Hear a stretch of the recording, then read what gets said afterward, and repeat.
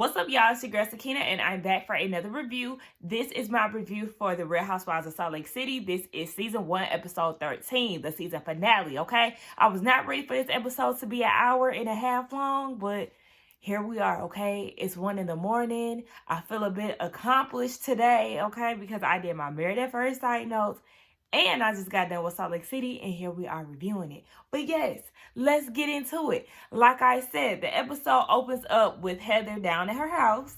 And not, baby, her house. No, she's not at the house. She's actually at her second building for a beauty lab. You know, she's getting ready to do her grand opening, so she's trying to make sure everything is good. Whitney came by, and they had this thing. What is it called? Stanton's? I think that's what it's called. Basically, the pose that the velvet ropes go on. And I never heard of that word before, and neither has Heather. The whole time I'm thinking, yeah, they just basic pose that hang on a velvet rope. But no, it's a special word for it. The contractors know it, and Whitney know it too. I'm like, okay, well, y'all really high class, because I had no idea. I guess we ain't cultured enough, honey. But anyway, she asked Heather if she talks to Jen. No, nobody has talked to her. And Whitney said that, you know, Whitney didn't want her to come to the grand opening, because she's like, okay, if she comes to the grand opening, either one, Heather, you want your grand opening to be ruined, or two, you like toxicity. And I'm trying to figure out, you know, which one is it? I say, yeah, she does have a good point there. I feel like as a friend, Heather wants to be there for her, but at the same time, inviting her to or keeping the invitation open, because she was already invited beforehand. So keeping the invitation is kind of like a gamble. You don't know how the hell she gonna act. Now we see that Lisa is meeting up with Jen. And the reason why she's doing that is because on her way out on the Vegas trip, she gets into the elevator and she sees Jen. And you could see that Jen, well, she could see that Jen was crying. So, you know, she was like, let's meet up when we get back home, and let's just get down to the bottom of it. Because, you know, we all know Lisa was like, baby, I do not want to be your friend because you showed your ass. But she's really trying to be there for Jen. So I am starting to really have a lot of respect for Lisa as far as like her heart. I think I said that in whatever episode they went on the ski trip. You can tell that she does have a good heart, but when, you know, she's a bitch, she's just that. So anyway, Jen doesn't own what she said. You know, she's basically saying that people are misinterpreting what, you know, she was telling them. And I'm like, no, I don't feel that way. Me personally, I just feel like she's using her background as an excuse for every damn thing, because that's what she was saying. You know, I'm this way because the way that I grew up, you know, growing up as a minority in Salt Lake City, it was rough. And don't get me wrong, I'm pretty sure it was, because hello, I'm a minority as well, so I understand that. Like, you go through certain experiences that white people don't know about. But I also feel like you're just doing way too much, and like after a while you're going to have to make a change. People can't just keep latching on to, oh, my background, or, you know, I've been through some things. That's when you do self-improving and try to really get down to your issues and correct them.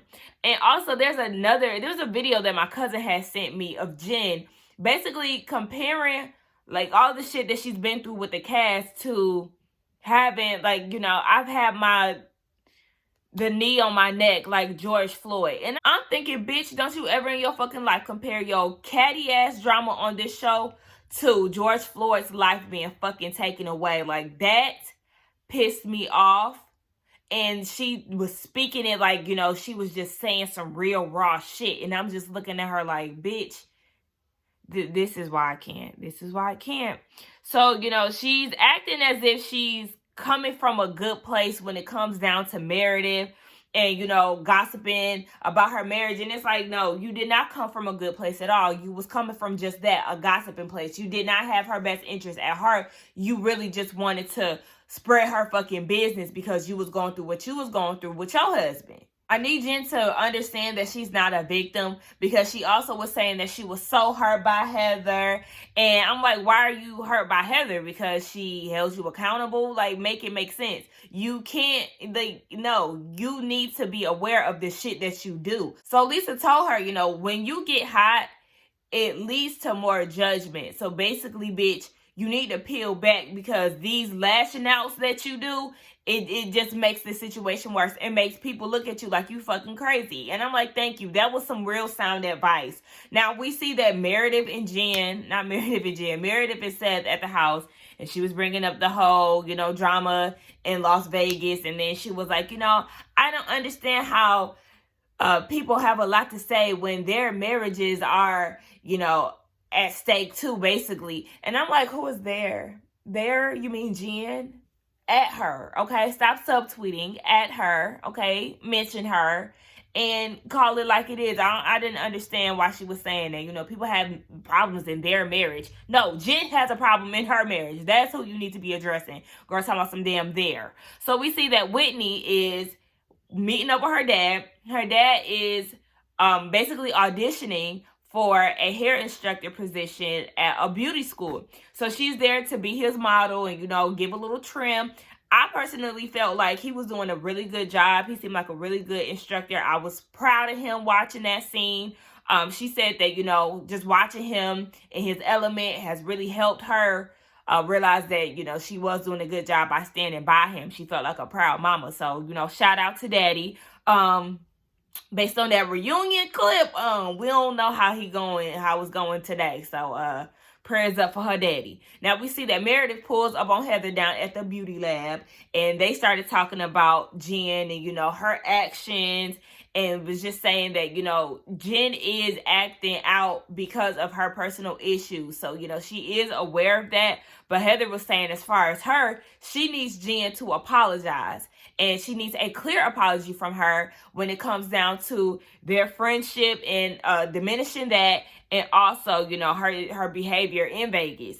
So she said that she also tries to consider the advice that she would give her daughters if her daughters came to her with the same type of scenario that she's going through with Jen. She was like, I wouldn't tell them, stick it in, stick it in, stick to it, and, try to be there for them, be a friend and all of this. She was like, I would have basically told them, girl, fuck her. No, you do not need to be in that type of friendship. So she said she wants to apply that to herself and really, stay true to that. And I really love the fact that she said that. I'm telling you, Heather is my favorite. Like, I love her. And I just really do like the fact that she is starting to seek her own advice and stick up for herself instead of just being a yes man. So we see that Lisa is at her offices and she's working on the Fresh Wolf line. Her sons came out with a like body wash or male upkeep line. Hell, I don't know why I can't think. Maybe it's because it's so damn late, but I couldn't think of the word. So, Lil Henry, baby, you need your ass whooped. Now, Lisa kept telling him, stop playing with the products. Get over here. He talking about some, no, baby, he needed a good yank up, okay? Get your ass over here and sit down because we ain't playing. This is business. And it was just too much for me. So then she asked her son, the oldest one, I think his name is Jack, to present the product, to give them, what was it? Oh, pitch the product. So, he was trying to pitch and it was a little rough, but he got through it. He even was trying to roast his dad, talking about, I feel like my dad need this particular product because it got turmeric in it and all of that. That was funny, but I feel like, well, a little work, he'll be good. She did say that she wanted to get him in front of an investor. So, baby, you got some practice to do, okay? And I like the fact that she ain't just letting her kids coast along and she's actually making them do the work. Baby, we see Mary. Baby, her in that church. Baby, Mary said that church is a place where love shall always flow. I said, okay. Well, the videos that had came up in the blog say otherwise. So, you sure you was out there disrespecting the people because they wasn't giving you your coin? So, yeah, you may want to rethink that. And then she went as far as asking one of the members of the church why he been gaining weight and told him he needs to eat healthy and drink water. Girl, that was rude as hell. So, she's directing the choir and all of this. And I'm like, okay, this choir need work. I don't know if y'all was nervous because the cameras is around. I don't know what the hell y'all was doing, but y'all did not sound good. Sorry, not. Okay? Y'all need to improve. I was not here for that. And, excuse me, they start singing Amazing Grace. So then she took this as a time to, preach. And every time Mary preaches, it's so funny to me. It makes me laugh because she's being so fake. It's just like, girl, I don't see. I'm just not. It's not connecting with me. First of all, she looked like she scares her choir members because the way she was talking to them, they looked a little scared. Like, girl, okay, we gonna tighten up because we don't want to get our ass whooped. And then she goes into this damn Amazing Grace and start preaching, and I'm just, I said, damn Amazing Grace, y'all. Don't judge me. But yeah, she started going into the whole Amazing Grace thing, and I was just like, girl. Okay, so we see that Sharif has set up this salsa dancing class for Jen. And when I tell y'all, I was so jealous. I've always wanted to go salsa dancing. I've never went. I've never booked anything. Now, I've looked up classes before, but I never actually went through with it. That's because I want to do stuff like that with my friends and stuff, but it is what it is. One day I will go salsa dancing, and baby, Sharif can dance. I was like, hold on, wait. Now, Sharif, he was getting them dance moves quick, okay? And so was Jen. Baby, they started doing the routine and the way that the camera was panning around them and all that. I said, okay, they was doing it. I really went up for that scene. They looked so good. So they end up sitting down and eating and stuff, and Jen said that she apologizes to Sharif, for lashing out at him and, eventually resenting him, not really being open and honest about how she really felt about her dad and, him not being around. Notice, they was drinking Welch's sparkling juice. Sharif said, not on my watch, bitch. You will not get drunk today and act a damn fool. Not while I'm out here trying to take the time off of work. I think the fuck not. So, she was just basically saying that she feels misunderstood and she wishes that her friends can see her in the same light that Sharif sees her. Baby, listen, that's your husband and your friends. They ain't gonna see y'all, and they not gonna see you in the same light. And plus, you treat them like shit sometimes, and I'm not sure how you treat Sharif, but I got a feeling that you treat him a little bit different, especially because he already threatened to leave your ass before. And she was saying that she has good intentions.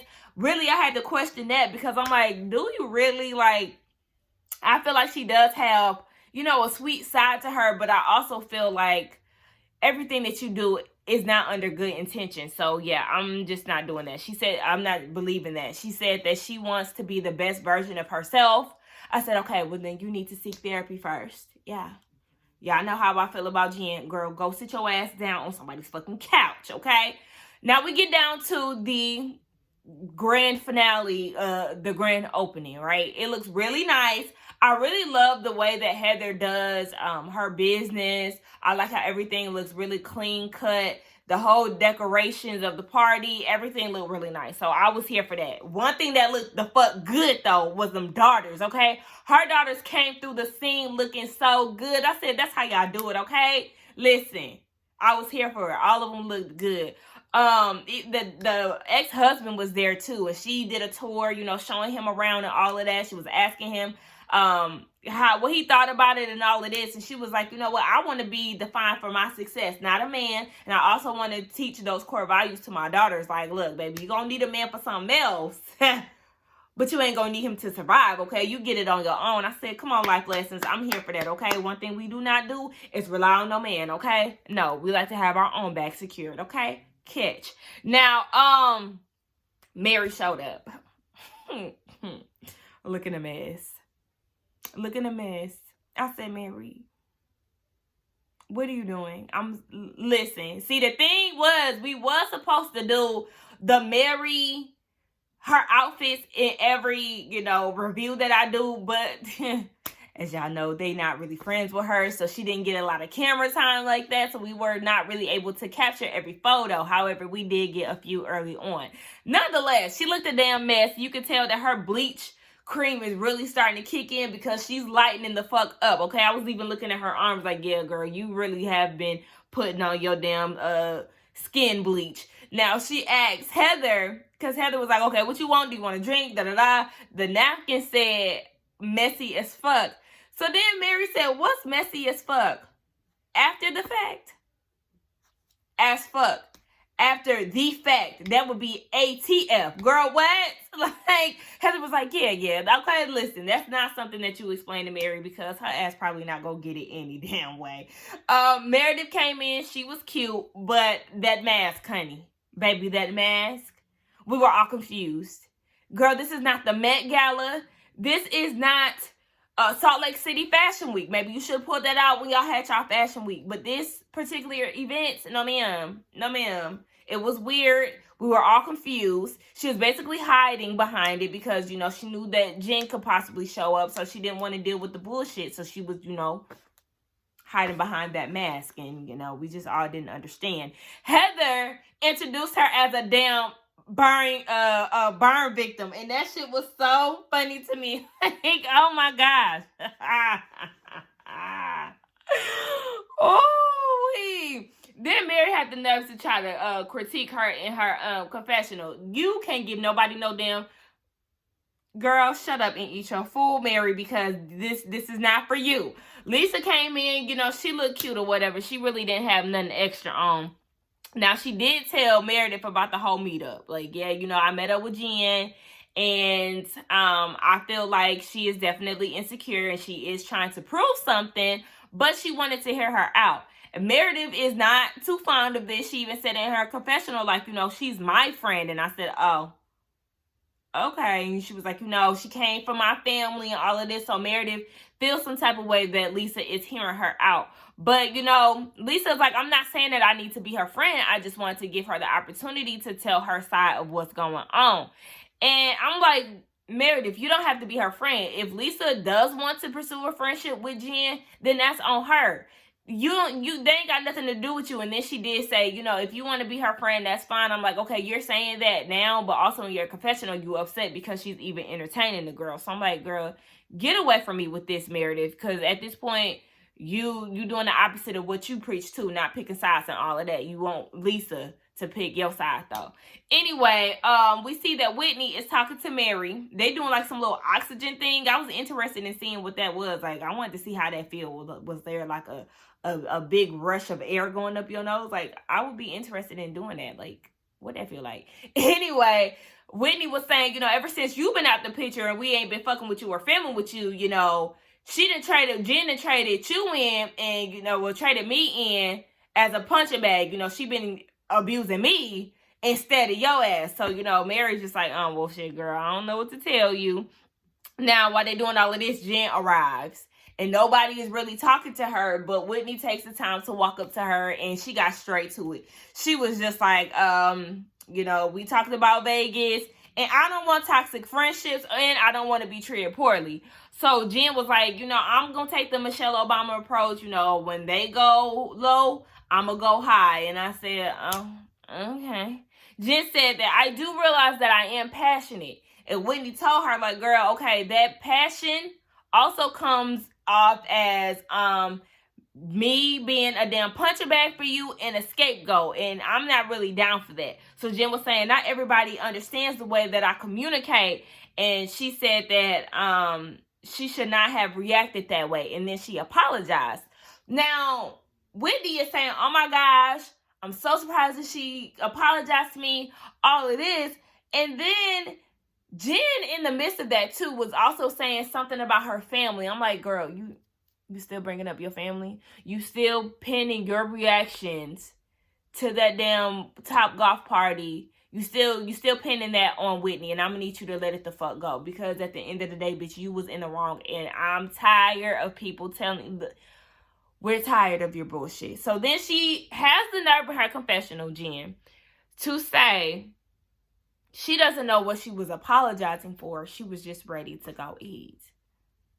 I said, see, that's that fake shit. You can never have a real moment with somebody. And that's the problem. When you think that you're really getting through to Jen, she's really just being fake so y'all can just get over it. She's still going to be mad at you. Or, you know, it's not going to be sincere. Hint this. And hint the bathtub, hint the issue with Mary. Like, everybody apologizes, or you apologize, and then you still hold on to shit. So it's just like, girl, you're apologizing on fake bounds, and it's very annoying. So then she ends up talking to Meredith. And Meredith is just, you know, she's apologizing. And what did she say? She apologized for getting in between her marriage. And she said, I should not have entertained the discussion. As if somebody else was talking about it and she entertained it. No, bitch, you created the discussion. Because had nobody would have known had you not opened your mouth and went on a damn tour with the blondes telling her damn business. So yeah, don't act like it was just something that was brought to you when you're the one bringing the bullshit, okay? Shout out to Aunt Bertha. Now, Meredith is just saying, nah, girl, I'm done. Like, I hear you. I hear everything you're saying, but it's going to be a while for me. I'm going to need to see some action, some long-term actions before I feel like I can kick it with you. And Jen had the nerve to say that she was surprised that Meredith did not take her apology because she's been there for her and her family and all of this. And that Meredith is basically crazy for not accepting her apology. Jen, fuck you. Girl, fuck you. You was also spared in her business, so she has a valid reason not to fuck with you, because here she is thinking that she's confiding in a friend, and you out here telling everybody that, her information as if it was your obligation. Like, no, ma'am. So then Jen and Heather talk, right? They talk and they get into the whole topic about, you know, Vegas and who doesn't trust Heather, and Jen raising her hand. And she said, you know, I was caught by surprise, and she said that I was blindsided. I was not expecting you to say it's my fault. How dare I hold you accountable? How dare I do that and be a real friend to you instead of, you know, being a damn minion or a part of the damn shot squad to kiss your ass and agree with everything that you fucking say. So then Heather said that you shitted all over our friendship, and until you own that, I won't be able to move forward. So Jen, you know, she just doesn't own up to anything. She's deflecting. And then she was saying that you shitted on me in Vegas. This is what Jen is saying. And I said, okay, well, if you feel like Heather shitted on you, it's because of you slapping her hand. And I'm not understanding why they keep saying push. She didn't push you, Heather. She slapped your damn hand. So that's one. Yeah, that, and then all the, like, you getting up in Whitney's face and you just doing the fucking most when it wasn't necessary. So then all the girls are surrounding the table at this point, and Heather's asking her, like, you know, I can't move forward until you apologize to me. And then she says, well, you know, Heather, I'm sorry, Heather, Lisa, Meredith, Whitney. Like, she goes down the line, and I'm like, okay, but you still did not apologize directly to Heather. And I'm glad that Whitney pointed the same shit out. Like, yeah, you're not doing what she asked of you. Like, girl, what? And I said, oh, I know there's everybody around the table, but where's Mary? Y'all see how y'all exclude her? Because she's not y'all real friend. Like, she's just, they said that she was supposed to be a friend of the show. Baby, she was just that. I don't even know why she was in the damn credits. Marlo get more play than she do. So I'm just like, okay, what? So then she says that she doesn't know what she needs to own. And this is when I would have just walked away from Jen. Like, look, bitch, I'm not about to keep explaining to your ass what you've done. If you don't see the problem, honey, I don't know what else to do. Like, I wouldn't know what else to do. Because, girl, you don't see it. You're fucking delusional. Like Meredith said, she is so out of touch with reality. It's crazy. So, you know, in her confessional, she was saying all the stuff that she's done for Heather and all, you know, that's the thing. The thing with Jen is her nice gestures come at a price.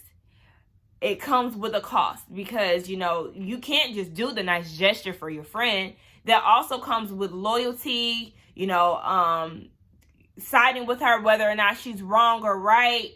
You know, it's just too much. Like, you can't enjoy other people's company if I don't fuck with them. You know, you can't fuck with them at all. It just comes with all this extra shit. It's just like, girl, I don't need your friendship. I don't need you to buy me nice things. I don't need you to set me up with this black man. I don't need you to do these things for me if I can't be a real friend to you. If I got to be an ass kisser, ma'am, I don't need that. So they end up squashing it. Whitney confused and I'm confused too. Because I don't get it. It looks like they will have some type of conflict next week. during the reunion, or whenever we're gonna get the reunion. Yeah, next week. I'm thinking about Housewives. They said we weren't gonna get Atlanta next week because of the damn Super Bowl. But anyway, yeah. They do like the whole catch up thing where everybody's doing now. Jen, Sharif still gone. Okay, they talk more on FaceTime. She also hired another minion, an eighth one. I'm not understanding why the hell she needs all these assistants, because, bitch, from what I'm seeing, you ain't got no damn job. Whitney, she working on a skincare line. Mary.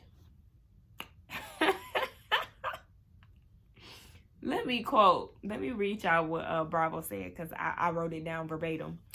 It said that Mary has been busy reorganizing her bedroom/closet and getting rid of old designer clothes while making sure to keep her skeleton safe inside. I said, shade, bitch. That is some shady shit. And it's funny at the same time, like, bravo. Really?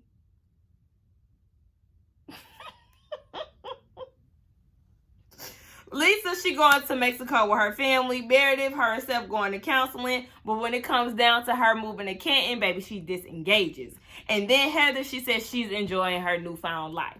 And that was the end of Salt Lake City. Y'all, I really did enjoy this season. Salt Lake City surprised me way more than I had thought. When I heard the idea of Real Housewives of Salt Lake City, I thought about that, what's that one show that they had? Like Sweet Home Alabama, some like Alabama show, like just some old random ass show that we were not going to be interested in. I will not lie, though, I cannot stand her. Jen did keep the drama going. As far as who I would like to see back next year, definitely the blondes.